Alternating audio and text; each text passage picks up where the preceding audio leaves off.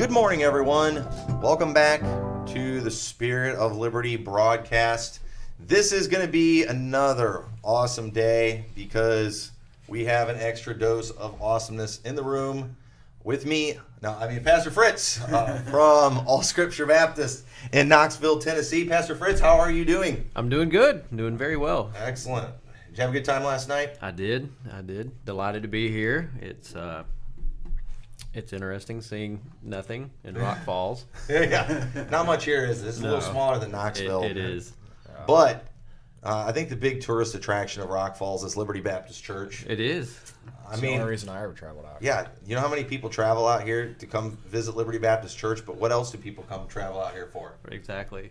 I want to get listed somewhere in town as the number one tourist location. You're listed on Southern Poverty Law Center. Yeah, right. Yeah, I'd prefer to be listed in something a little better than that, but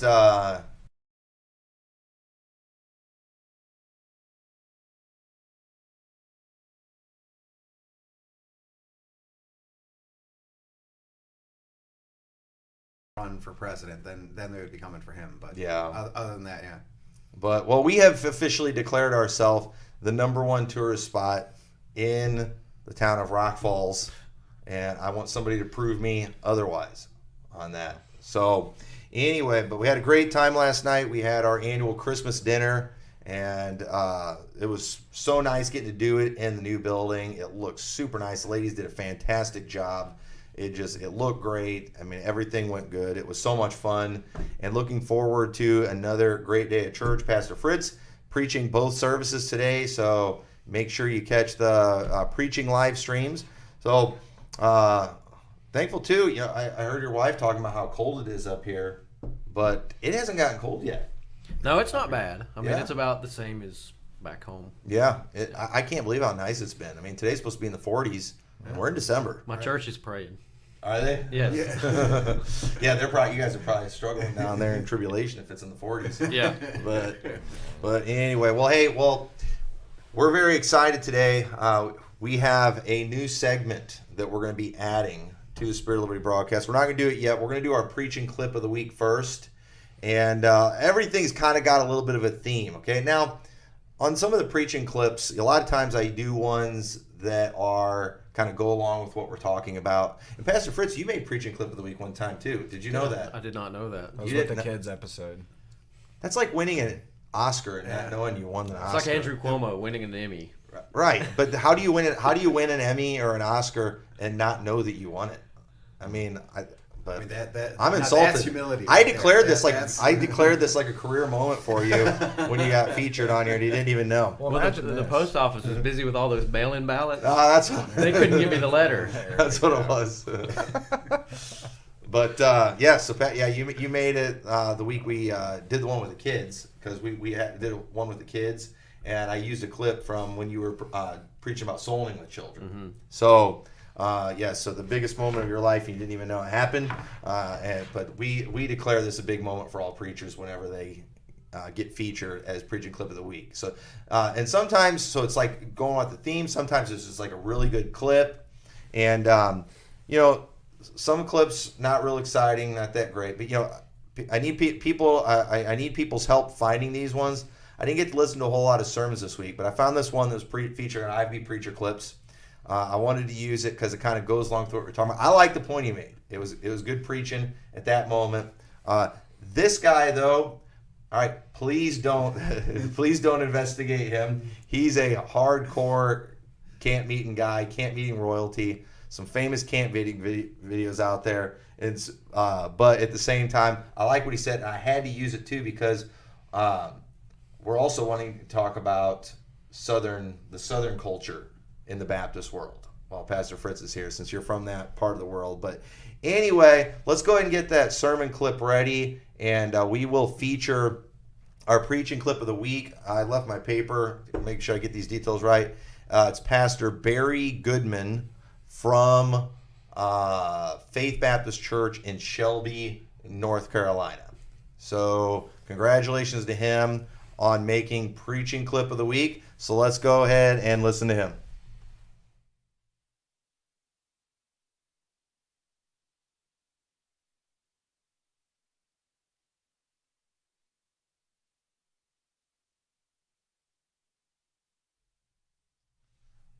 All right, Alex, you're gonna need to start that one over. All right, you guys talk for a second. I changed the setting on there. All right, Alex. I gotta go fix that. So you guys talk about camp meeting preachers for a little bit.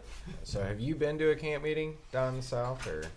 See, that's the thing. Whenever I really kind of first met Pastor McMurtry, he would talk about all these big name camp meeting people, Sammy Allen, these others. I never heard of those people. Really? I always went to the B-rated camp meeting churches. Okay. And now, since these other people have kind of came into my world, I've watched some of them, and I could see whenever I was growing up that those are the people that the services that I went to that they were trying to imitate. So, okay. But yeah. So, I mean, I went to like the generic Dollar Tree camp meeting, What's the craziest thing that you saw? Did anyone ever run a lap? Wow.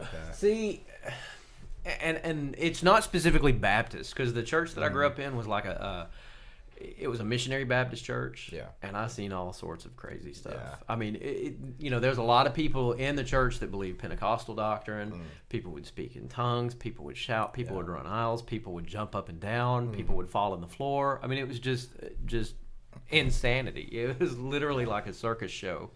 But as far as the craziest thing, there was a girl one time that said she was demon possessed. Oh wow! And somebody saw on some Jimmy Swaggart program of them casting the demon out of somebody.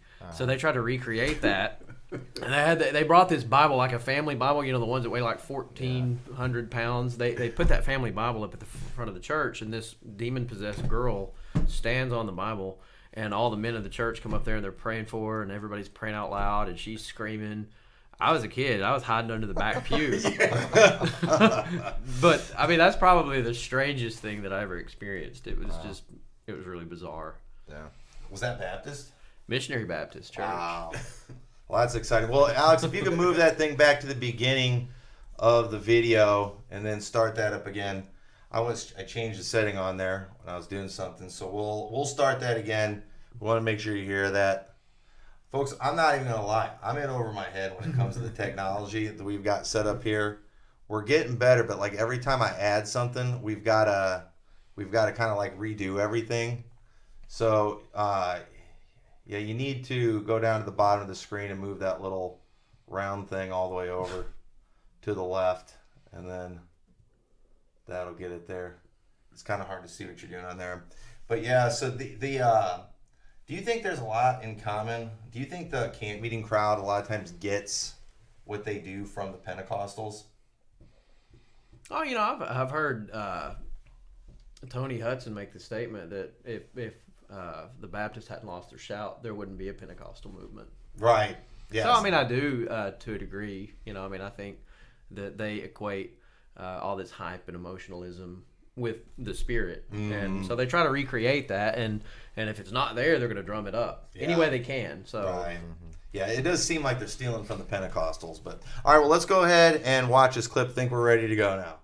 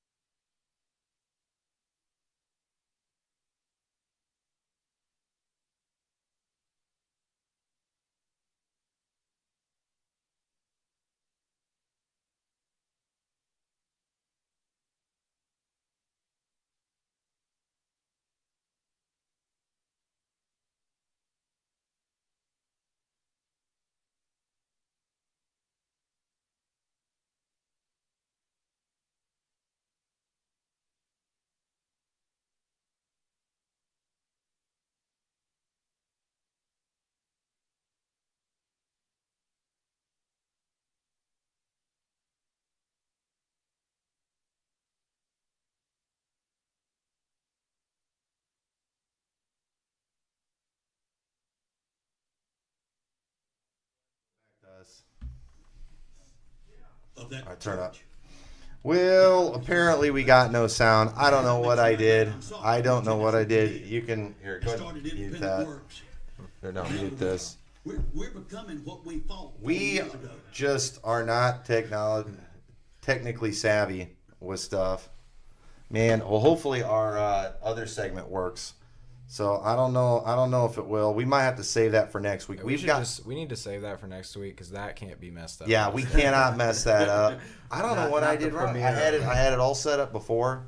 This is just it's Pastor Fritz's fault. Yeah. I don't know. That's the only thing I can I think need of. somebody to blame. He was talking with me in the office, and I got distracted. And They can hear it now. now they can hear it. When Well, back- yeah, they when heard it when it went back to you. Yeah, that's 'cause I they could were hear hearing it through the microphone. because they heard it playing through the TV. Well, you know what? They'll still hear it. If our microphones are up, they'll Right. hear it. They'll see it on the screen. We're We really just can't gonna do laugh this. too much. We've got to do it. We have to try because our preaching clip of the week failed. All right, maybe it was because of the pastor we used. The Lord wasn't in it. But basically, what he was talking about how what a lot of these churches are changing into is what these guys left 40 years ago when they were in the Southern Baptist.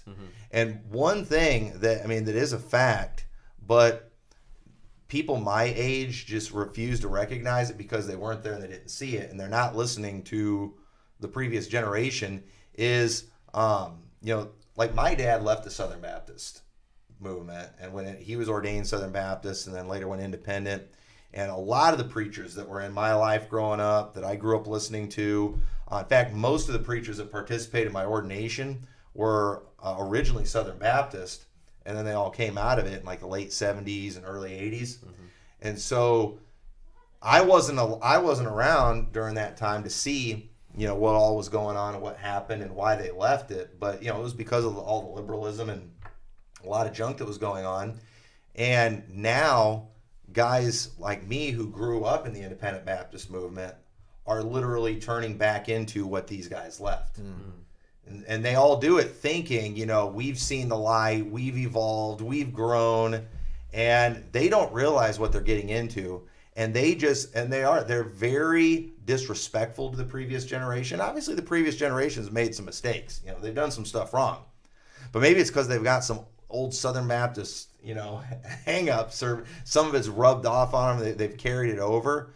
And so instead of just fixing what's wrong in the IFB, when it comes to some stuff that's legit, they're just going right back to what these guys came out of. Yeah. And they're not getting better. They're getting worse. And so guys like him, they're lamenting the fact, they've been around the block, and they've seen where this ends. And that's why they, scream old paths all the time too, because they've been on the new path and they saw where it ended, and now they've walked the old paths for a long time, and they're like, hey, this is a good way. And they're speaking from experience. But this generation just kind of despises that group, very disrespectful, and it's going to come back to haunt them. But anyway, that kind of leads us into the next segment, because we are seeing a lot of changes, are we not? And some stuff's cultural. Some of the Southern stuff, I can't say it's a sin. Is it wrong to run a lap during church? What do you think about that? I don't think it's wrong, but Maybe keep this close to you. yeah, I don't think it's wrong, but I wouldn't advise it. Yeah. And I don't want people doing it in our service. I really don't. I thought we were supposed to because we had a Southern preacher. Yeah, well, I kind of want to do it today, just to make Pastor Fritts feel home. But But if it's not going to Just- actually make them feel welcome, Yeah. maybe I should rethink that. right. Yeah. But he said he's conforming to us, with your little Yankee accent you were doing last You night. need arrows on the floor to avoid a collision. Yeah, yeah, exactly. Yeah, And stop crowing. Nobody's ran in your church, so do they know the drill? yeah, I don't know. Nobody's done it yet. We'd have to ask the kids. The kids have done it. I'm sure. Well, okay. Yeah, kids have. We'll go to them for advice. Not Exactly. Right. But yeah, I can't say all that's wrong. But what we are going to do, though, we're starting a new segment. Hopefully, we'll do this every week. And if you could get, let's see if you can. Go ahead and put that clip up there. We've got an intro clip that we want to use to show the title of this segment. So switch it. I'm just gonna leave it like Okay. this. So the thing is, there's a lot of things changing in churches today, and it makes me nervous. I'm not somebody that likes change very much, and so when I see weird stuff happening with new trends, whether they're sinful or not, it just kind of creeps me out. Yeah. And my response to these new trends is the title of our segment. So play us our title so the audience can see it. This is what it's called. This is our theme for it. Let's hear it. Oh, you turned it Oh, we muted it. We messed it up. We muted it. I can't believe it. You're gonna have to start it all over. This was a great moment. This is. There we go. We ain't changing. So keep that up there and ready to go. That's Pastor Bill Reeves. I got his permission to use that. I absolutely love that clip. I love that scream, and because I think it embodies, the IFB spirit. Because we don't like change, do we? No. Well, how many Baptists does it take to change a light bulb? Change? Yeah, exactly. So what we're going to do, we're going to talk about different trends that we don't like. And these things might not even be sinful. Yeah, but we're against it. we're and so if you could get that article up on the screen, I've got it here on my iPad too. So what we're going to talk against today is bistro tables, replacing pulpits. Now this is an actual thing. Okay, I read this a while back, and I was like, is this even really a thing? And I looked it up, and yes, a lot of Baptists are doing it. And what I immediately did, I thought of Josh Tice. He's like the king of the trendies. Whatever's trending, he's doing. And so I went and I looked up the thing with him, and he's got a lectern he uses sometimes, but he also uses a bistro table sometime too. And sure enough, I found a picture of him on a bistro table. And so this article is called Pulpit, Podium, Music Stand, or Bistro Table. And I'm not going to read the whole article, but you can kind of see it there on the screen if you can see that at home. But it talks about, when you enter a church for worship, what piece of furniture do you expect to find on the elevated platform? And I personally expect to see a pulpit of wood. Yeah. That's what Ezra stood on, bless God. He stood on a pulpit of wood, and that's Bible command for wood. Now, folks, I want to use a pulpit of wood. I'm not losing my pulpit of wood, but I do not believe Ezra standing on a pulpit of wood is a Bible command. Yeah. I cannot condemn the trendies with the scriptures against their bistro tables. I can't do it. I can't find a Bible verse. But I will say, I don't like it. If I walked into a church and I saw a bistro table up there instead of a pulpit of wood, I'm probably going to go find another church. Yeah. And you say, that is pathetic, that is legalistic. But all these things indicate a direction and tell you a lot about a church. Am I not wrong? No, you're absolutely right. And I'm telling you, I'm not going to see a guy in a suit and tie. I'm going to see a guy in skinny breeches. I'm not going to hear the old hymns.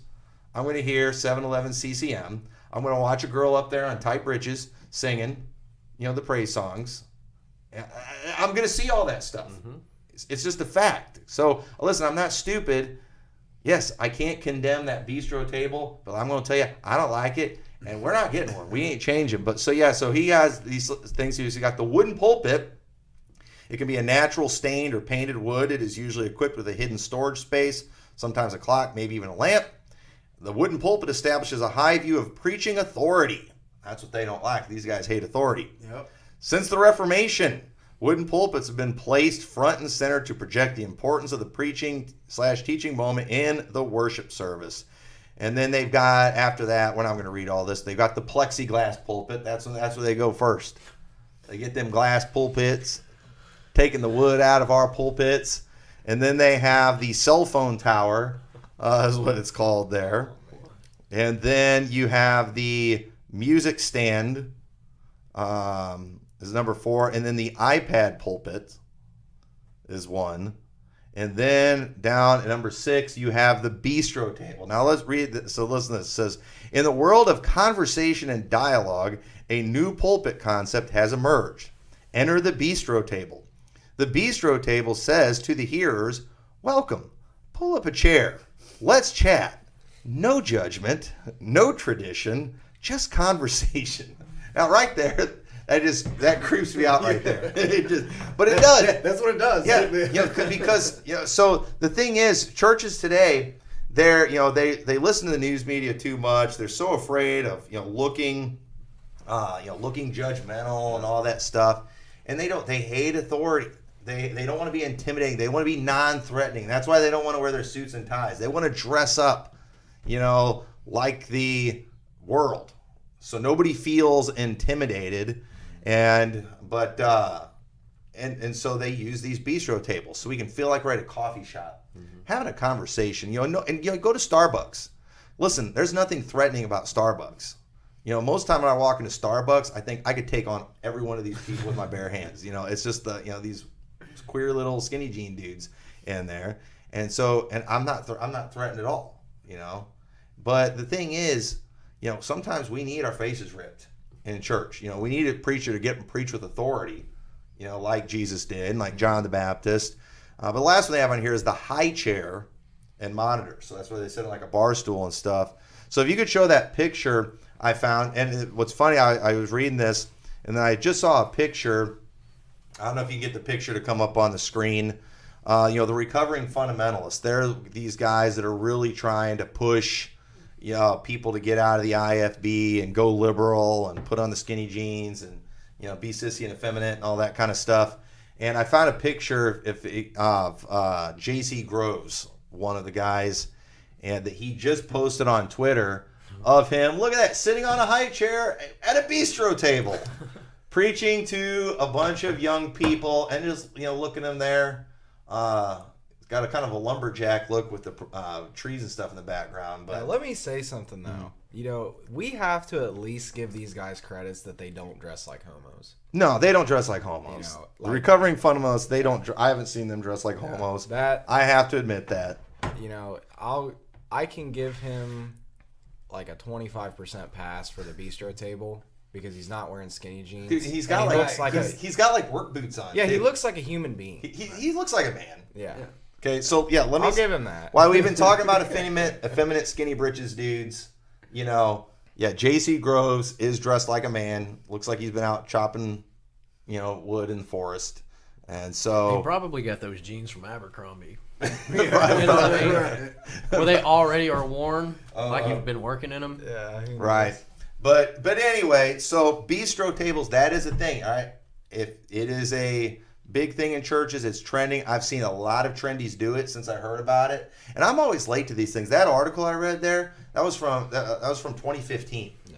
And part of that too is because I really only pay attention to the Baptist world, and the Baptists are always the last ones to pick up on the trends, because Baptists, we're known for we ain't changing. So was that an article that was like supporting that stuff and like saying like this is a good thing to do? It was just basically showing the different things. I didn't read the whole thing. I don't know if it was like so much against it or what, but it didn't seem like it was like against that very it. last phrase right there is simply put, don't let platform furniture become a sacred idol. Yeah, you need to change. Get the bistro table. Yeah, we got that idol up in our pulpit of wood. Worshiping your right. wooden pulpit. And let me say this to the people on our side who ain't changing and using. Listen, if I go to a meeting and I see a bistro table, I'm going to be fired up. Okay, I can't go to my church the next day and preach out of Ezra about the pulpit of wood and use that. I mean, you use what's available. Jesus, he used a boat as a platform one time because it was convenient. You got a multitude of people. Sound carries good across the water. You can kind of get elevated a little bit where the multitude can see you. Yeah. You do what's practical, right? But at the same time, there's something to be said for some tradition. But we don't want to make these things Bible commands. But at the same time, I can't find a scripture to condemn bistro tables. But I condemn bistro tables. Yeah. Pastor Fritts, you don't have to condemn bistro tables if you don't want to. But if I see you get one in your church, I'm going to get nervous. Yeah. Well, I mean, it's not just the piece of furniture, like you said. I mean, right. Yes, you can't condemn it, but it's not a piece of furniture. It's the fact that whomever chooses that piece of furniture, whoever they're looking to that has chosen that piece of furniture, they're probably not going to take from them just the furniture ideas, the decor. They're going to start taking their doctrine, their methodologies, and all these other things. Exactly. So that's the alarming thing, not the furniture. Yeah, show me a preacher behind a bistro table with a King James Bible. Yeah. That's the challenge. That's the thing, too. Let's put that challenge out there for preaching clip of the week. I've been telling everybody, you show me a preacher in skinny jeans preaching out of a King James Bible, ripping face, I'll do it for preaching clip of the week. Yeah. But I can't find any good preaching On a bistro table. But yeah, and well, even if he's not wearing skinny jeans, okay, even if he's dressed up like a man, like J.C. Groves was, if you show me somebody breathing fire using a King James Bible, preaching from a bistro table, we'll feature it and show that it can be done. Because again, this is where we've got to communicate better in the IFB. Is you can't say certain things are sins when it's not spelled out in the Bible. Okay? But at the same time, the liberal crowd has to admit that many of these things that are not sins do indicate a direction and represent something that is bad. Yeah. And Well, it is a sin. you know, that article even suggested it with the whole bistro table, that you're trying to be comfortable, you're trying to be inviting and all. So that's the goal. And that's why they don't wear the suits. That's why they don't preach hard. The whole goal is to get more folks in there.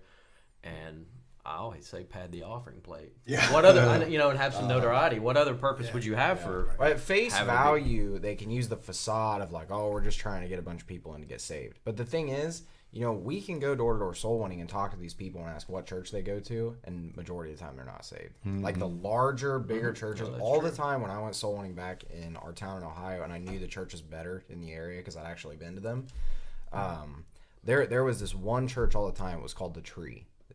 And I mean, See, I wouldn't even go to that church. Yeah, super liberal, all over the place. And I'm telling you, every single time I knock on the people's door, never saved because they know nothing. I went there, for 6 months before I got saved and actually went to a real church. But, I knew nothing at all about the Bible.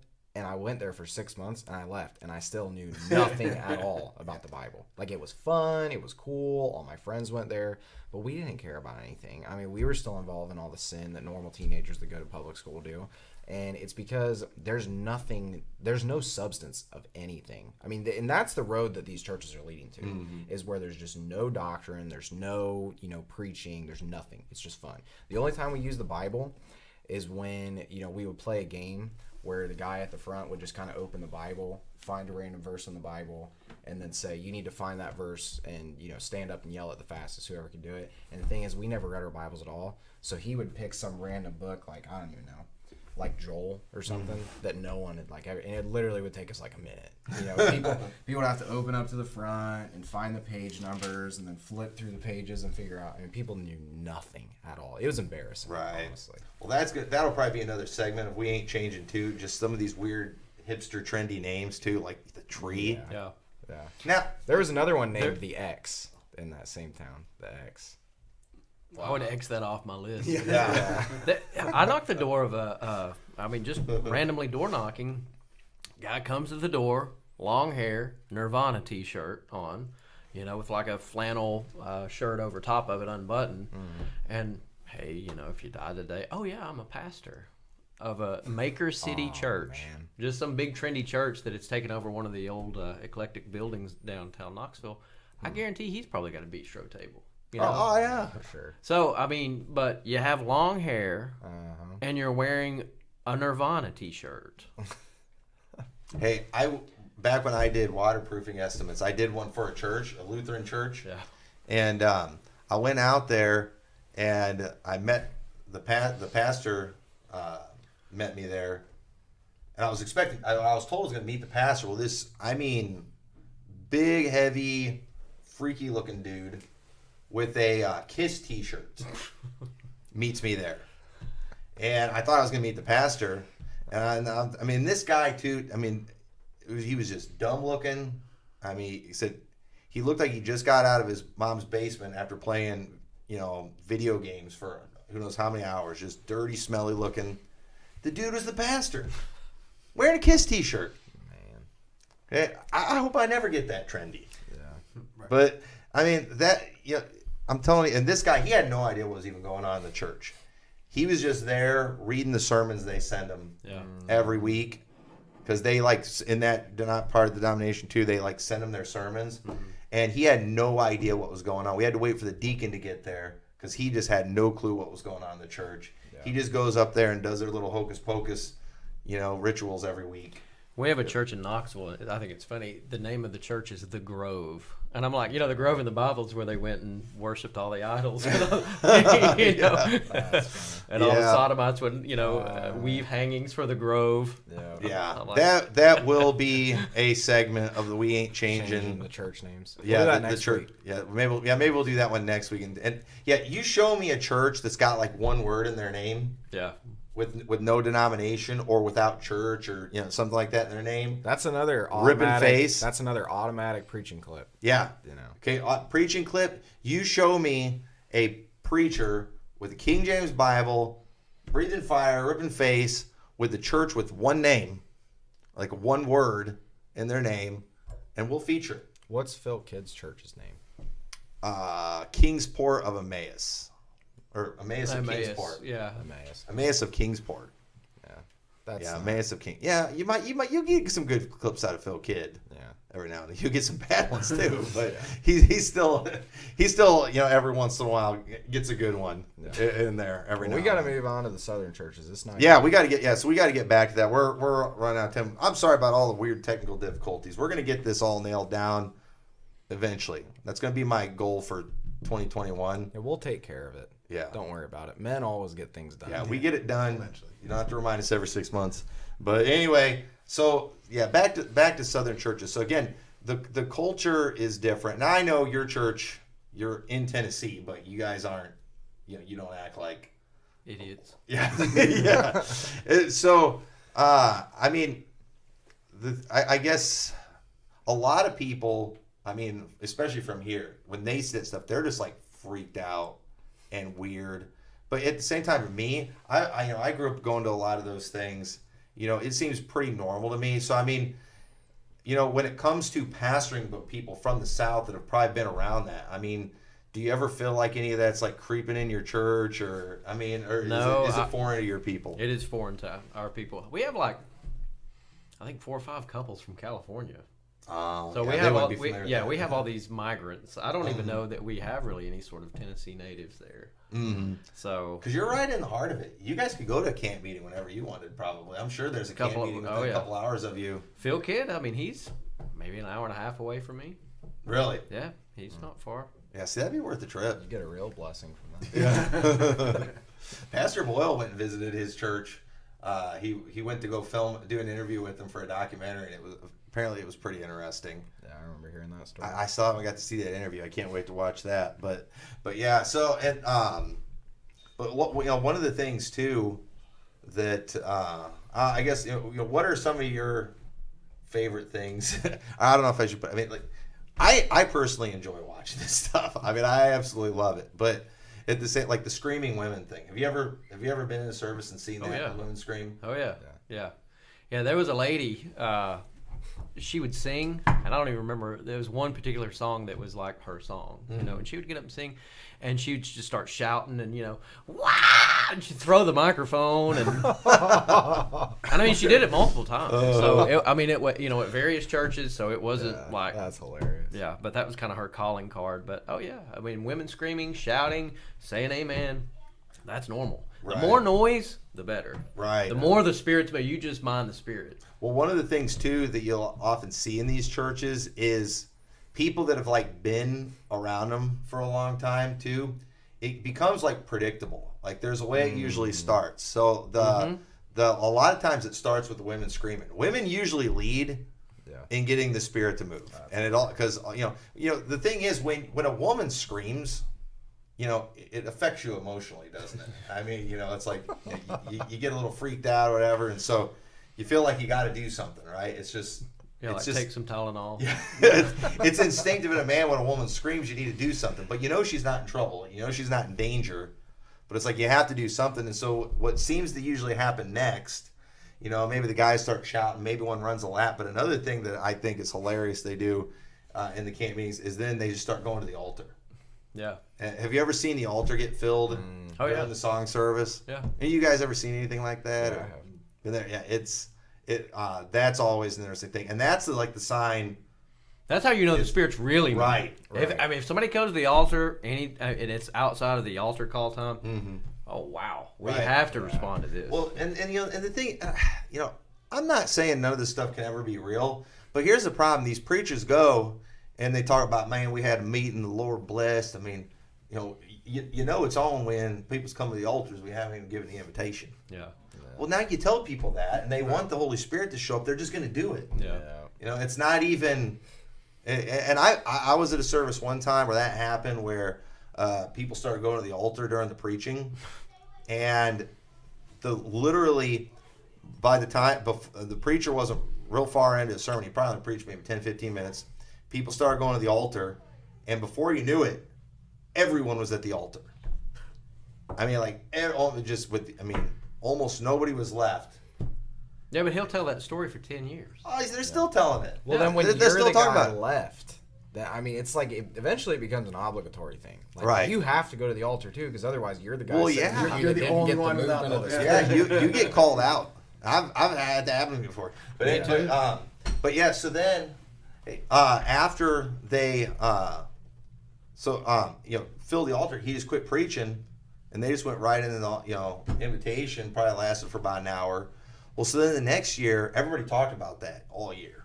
I mean, man, that was fantastic. You never seen anything like that. And then we got to recreate it. So the next year they literally tried. I've seen this in 2 different cases where stuff like that happened, and then the next year they tried to recreate it, and it happened, but yet it didn't happen. That next year, people started because everybody talked about that one boy that went to the altar first, that kind of started it. And so then the next year, every other young guy there wanted to be that one boy again. So it was like a race. So they just had to wait for an intense moment in the sermon so they could go to the altar, because you didn't want to look like you were racing. It had to, and it was just manufactured, and it happened. The altar got filled again, but it was just like nobody got excited. Yeah. Everybody knew it wasn't real. But the problem is, these things are becoming very manufactured, and it's very rare when, it's the real thing. I was watching a camp meeting one time, and this is when you really know it happened, and that's when that altars get filled during an offering. Have you ever seen that? No. Yeah, I have seen that. I watched it live. Somebody on Facebook that I'm friends with that runs with the camp meeting world.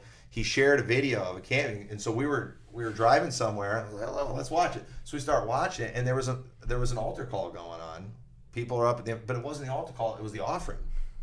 Service was just starting. It was the offering, and it was a lot of people not tithing. Yeah, yeah. And I couldn't give today. I was up at the altar. Right. So the altar's like full, and we're watching. I'm cracking up, having a good time.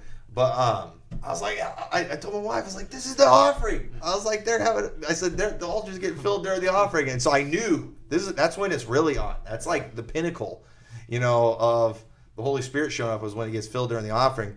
So I'm just enjoying every minute of it. I wanted to save that, but like I said, it was an unlisted link, and then I guess they said to private or something later. I never could find that video again. But that's where I got a phrase that I've used many times in our church. I was just about to quote it. Yeah, and I use it all the time. And the preacher gets up there and he's talking, and he's just like, encouraging people to give, and he's like, just remember, if you throw it out the front door with the shovel, God will throw it in your back door with the backhoe. I've never forgotten that statement. I went and I said it in our church that next Sunday. We didn't have any better of an offering after saying that. People threw it out with a tablespoon. But either way, I mean, I love some of the camp meetings. Do you have any like favorite or? And when I say favorite, it doesn't mean you endorse them or anything. Who's your favorite camp meeting preachers? That's what I was telling Austin. I said I always went to the B-rated. I was Those never are sometimes better. I was never aware of these A-team camp meeting preachers. The preachers that we went to and kind of the circuit we ran in was kind of a local, I guess, kind of. But I can see now, some of the big time people. That's who they were emulating. Yes, yes. The B-rated ones are better because they work even harder to manufacture a show because they want to get a reputation for being the, that being the place under the spout where the glory comes out. Yeah. And so like Sluter, remember his camp meeting he did where Gene Kim jumped in the baptistry and all that kind of stuff. I mean, that stuff was so fake it wasn't even funny. But at the same time, they were doing that, trying to show the camp meeting world, people who look for, the spout. Yeah. They wanted to show we're it. Yeah. And make a name for themselves, and so they're copying all that stuff. So you have places where it's a real thing, like Resaca, Georgia, Greer, South Carolina, some of the Sammy Allen meetings and things. But yeah, then you have the underlings that are trying to create their own, and it gets funny and it gets weird at some of those places. It gets out of control really fast, and but yeah, so the thing is. If you're looking, Phil Kidd used to be one of the main keynote speakers at a lot of these things, but most of those guys won't have anything to do with him anymore. I don't think he scored any points getting the hair plugs, but I don't know if have you seen the Phil Kidd hair plugs? You got to look those up. Those are good. But we're running out of time. These things go so fast. But either way, I don't have a problem with cultural differences in churches, and I acknowledge there's going to be some stuff different in the South, and they can still be good people. I get mad when they try to act like we should be that way. That's not who I am. Yeah. But I'll let them be them if they'll let me be me. When they accuse us of not having the Holy Spirit because we don't have any women screaming, and I'm sorry, women screaming. That's not okay. That's a direct violation. Yeah, that is. I mean, that's not a cultural difference. I mean, yes. I guess they're not usurping authority when they're screaming because, I mean, frankly, these preachers want them screaming. They like it. So I guess they're not usurping authority, but they're not learning in silence. Yeah. They're not waiting until they get home to ask their husbands a question. They're just responding, screaming in the middle of the service. Yeah. Taking it. They take over the service. They do take over the service. And when they're running, when they're setting the pace spiritually, we got a problem there, but some differences are going to be fine, but yeah, they can't force that on us. I think we need to let a little bit of it rub off on us. We could probably sing a little bit louder. Yeah, I say amen a little bit more often. I think we could shout a little better. I think we could sing a little louder, be a little more excited. Yeah. But we don't want to go too far.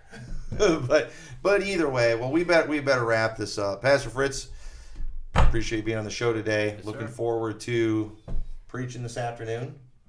So, folks, we will see you all next week and hopefully have our technical difficulties all figured out. And you're going to enjoy our new We Ain't Changing segment. We will drive the trendies crazy with the stuff that we share. And what can I say except we ain't changing.